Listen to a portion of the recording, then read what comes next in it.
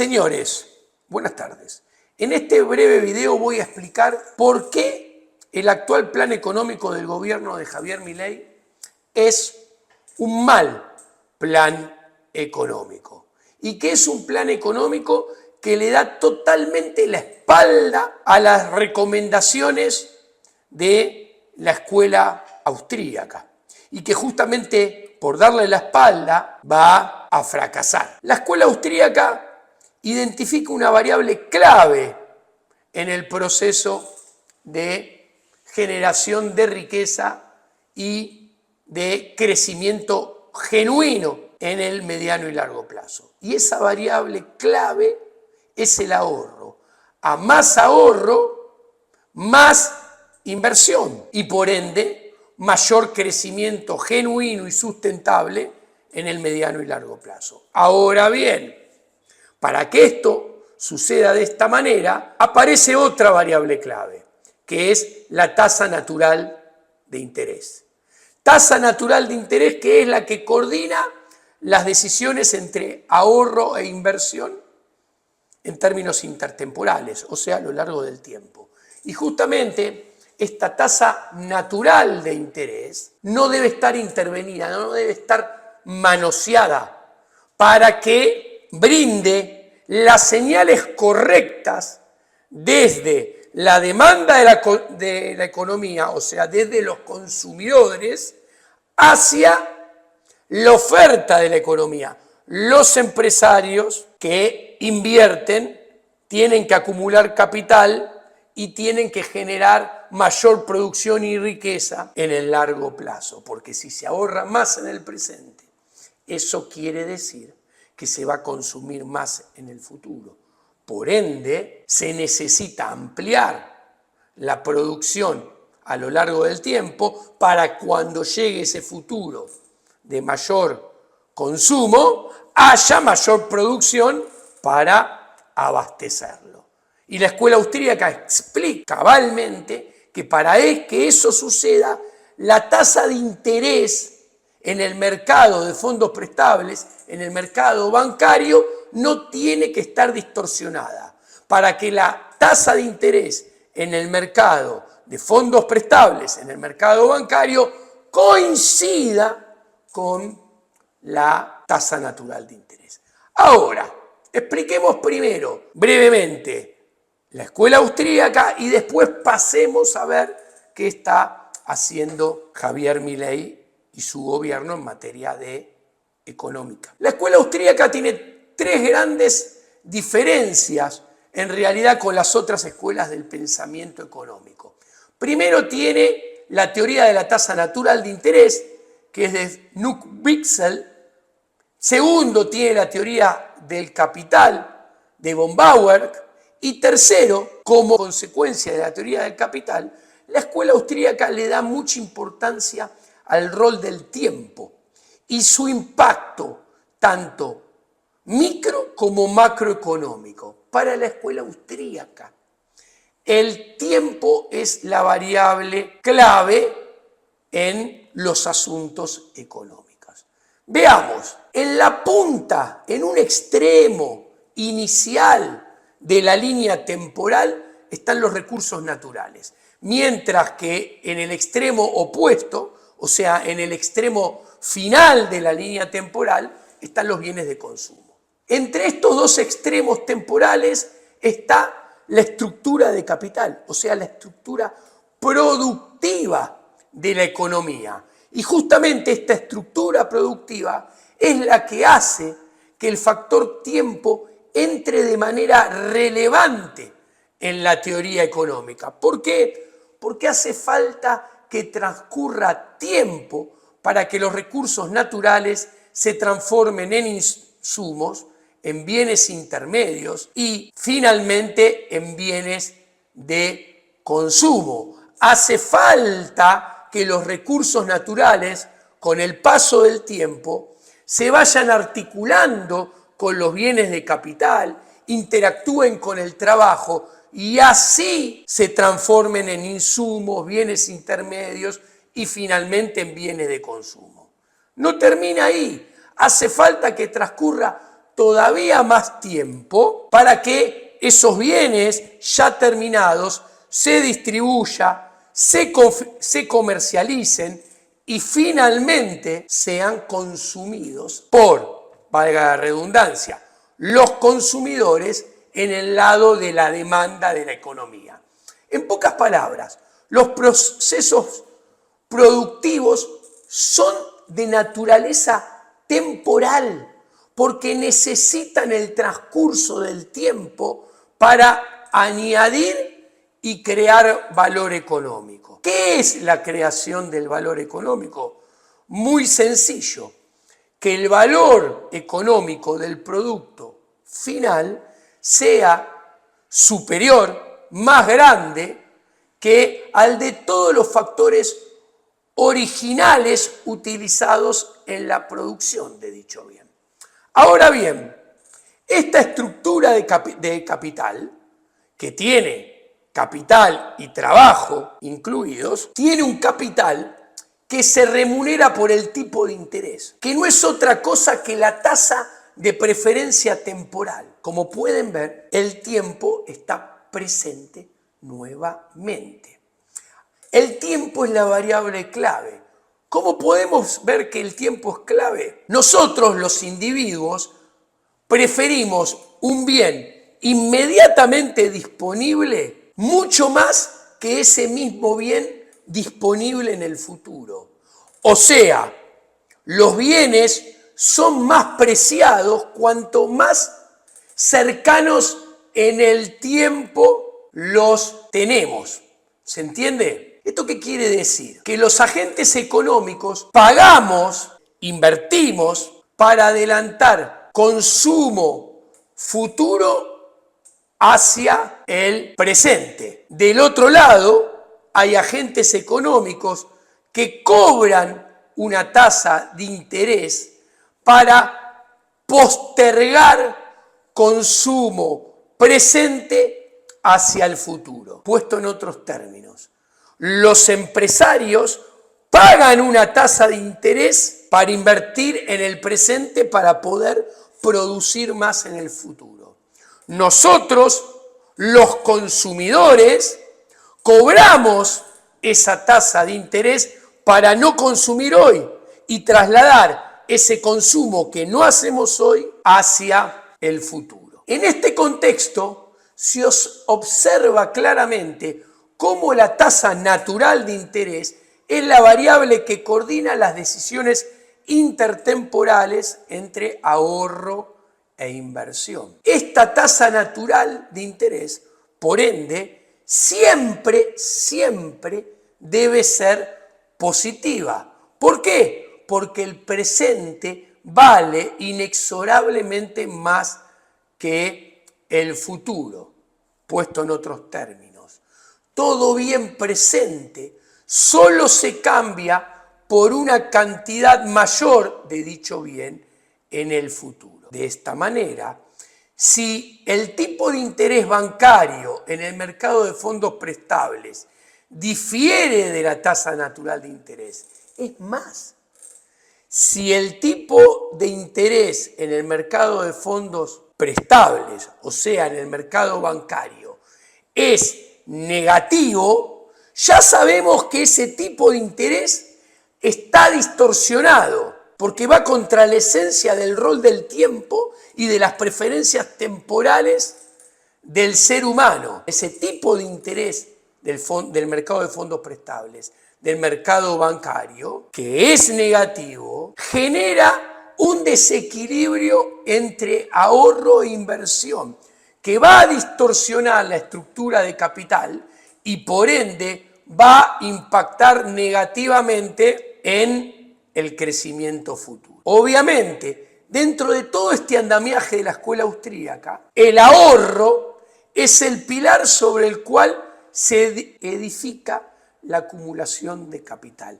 El ahorro es el pilar sobre el cual se edifica la acumulación de capital y se construye el crecimiento económico futuro. Si crece el ahorro contemporáneo, cae el consumo presente para que crezca el consumo futuro. Se ahorra más en el presente para consumir más en el futuro. Este crecimiento presente del ahorro que se da en los consumidores, o sea, desde el lado de la demanda de la economía, si se canaliza al mercado de fondos prestables, genera una baja genuina de la tasa de interés natural, cuyo rol es informar a los empresarios que los agentes económicos van a consumir más en el futuro. ¿Qué sucede desde el lado de la oferta de la economía? Los empresarios leerán esta baja de la tasa de interés como un abaratamiento de la inversión y un aumento genuino de los valores actuales netos de los BAN de sus proyectos de inversión. Así, con crédito más barato y mayor rentabilidad, porque aumenta los BAN, la inversión crece generando dos efectos positivos. En el presente contrarresta la caída del consumo, evitando que disminuya el nivel de actividad. En la película hacia adelante, acumula capital, incrementando la capacidad de producción, lo cual permite producir más y abastecer mayor consumo futuro. Es decir, el ahorro, la inversión, la acumulación de capital y la producción de los empresarios están totalmente alineados con las preferencias intertemporales de los consumidores. Y como están alineados, no hay distorsiones en la estructura de capital y consecuentemente va a haber crecimiento económico genuino, sustentable, es decir, sostenible a lo largo del tiempo. La mayor inversión y producción futura se pagan con el incremento del ahorro presente. Por eso, para la escuela austríaca, el ahorro presente es la variable clave. A más ahorro, más inversión, más producción futura, más generación de riqueza futura, más consumo futuro creciente. El ahorro es el motor del crecimiento, mientras que la tasa de interés sin intervenciones es el vehículo que brinda la información correcta y necesaria para que los consumidores y productores actúen en forma totalmente coordinadas intertemporalmente, permitiendo un proceso de crecimiento genuino en el largo plazo. Habiendo entendido todo esto, vamos a ver cuál es el plan económico del gobierno de Javier Milei y qué está haciendo con el ahorro y qué está haciendo con la tasa de interés, para ver si el programa económico de Javier Milei puede disparar un proceso de crecimiento genuino o, por el contrario, conduce a todo lo opuesto. ¿Cuál es la esencia del plan económico de Javier Milei y de sus coequippers económicos del PLO?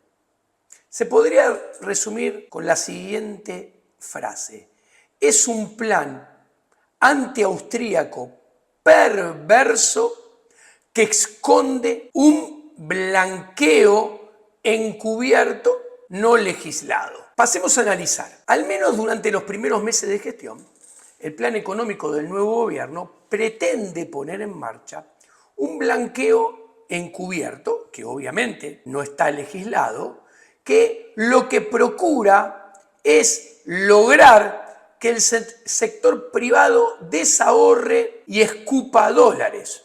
¿Por qué? Porque al menos hasta ahora el ministro Toto Caputo no consiguió ni un solo dólar. Y claramente este pretendido o buscado desahorro que pretenden lograr para el sector privado contradice la esencia de las recomendaciones de la escuela austríaca.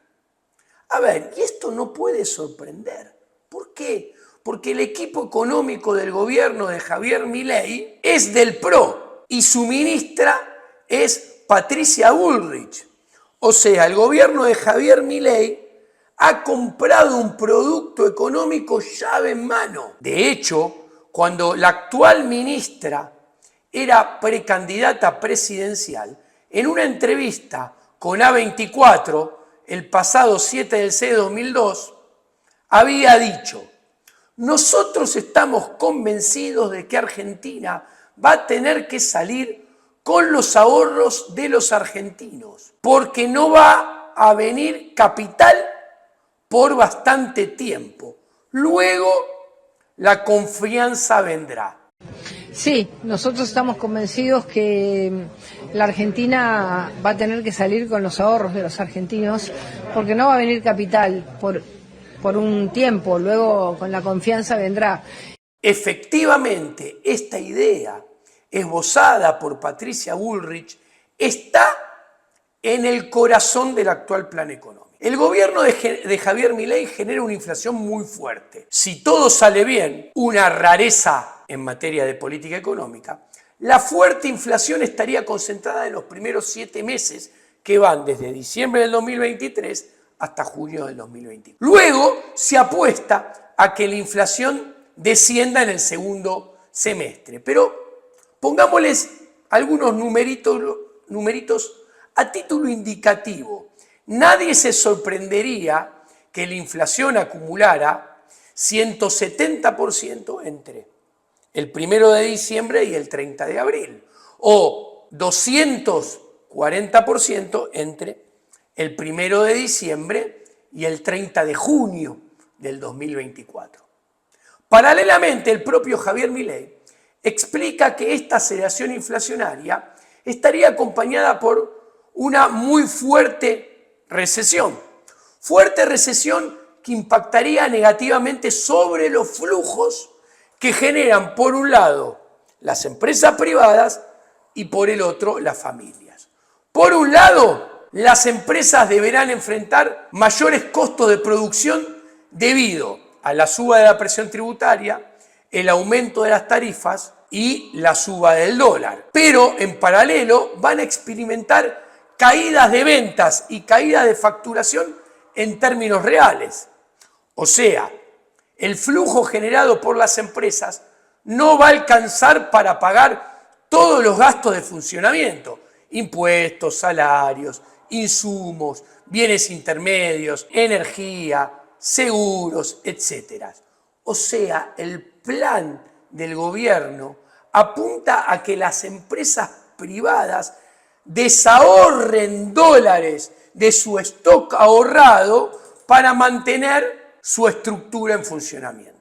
La inflación y los impuestos están erosionando tus ingresos, pero quiero darte una solución. Únete a mi exclusivo curso de economía y obtener las herramientas necesarias para proteger tus ingresos de las políticas estatales. Además, adquirí el paper académico que impresionó a Jesús Huerta de Soto y descubrí por qué el oro es el mejor dinero. Encontrá mi dirección de contacto en la descripción y toma el control de tu futuro económico y financiero. No permitas que otros controlen tu destino y roben el futuro de tu esfuerzo. ¿Estás listo para cuidar tus ingresos? Sin más interrupciones, sigamos con el video.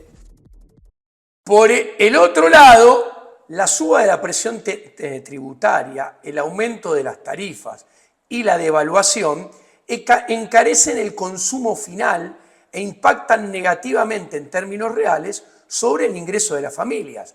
Con lo cual, el nuevo gobierno está haciendo disminuir el flujo de ahorro de las familias también. Sin embargo, el problema no termina acá. El plan económico del nuevo gobierno le hace la doble Nelson a las familias de clase media acomodada, que paradójicamente son las que en su mayoría lo votaron, ya que también apunta a que tengan desahorrar de su stock de dólares guardados para mantener el nivel de vida y pagar expensas, luz, gas, cuotas de colegios, clubes, medicinas prepagas, seguros de automotores, vacaciones, impuestos, remedios y alimentos. En pocas palabras, El plan económico del nuevo gobierno de Javier Milei apunta a disminuir tanto el flujo como el stock de ahorro de las familias y también apunta a disminuir el stock de ahorro de las empresas. Ahora bien, los problemas siguen y no terminan acá. El nuevo gobierno pretende mantener el tipo de cambio paralelo artificialmente bajo, contenido con la ingeniería financiera del Toto Caputo y del BCRA de su socio Bausili. ¿Para qué? Para lograr que haya inflación en dólares y esos dólares guardados rindan cada vez menos. Con un cepo que pone el tipo de cambio a dedo en la foto y un crawling peg del 2% mensual que pone a dedo el tipo de cambio en la película de los próximos 2, 3, 4, 5. Ellos quieren eso, no van a llegar meses. Menos austríaco no se consigue. Ahora, ¿por qué hacen esto? Porque este crawling peg es la pretendida ancla antiinflacionaria, pero es dinámicamente muy inconsistente y más temprano que tarde es muy probable que fracase y deba ser abandonado.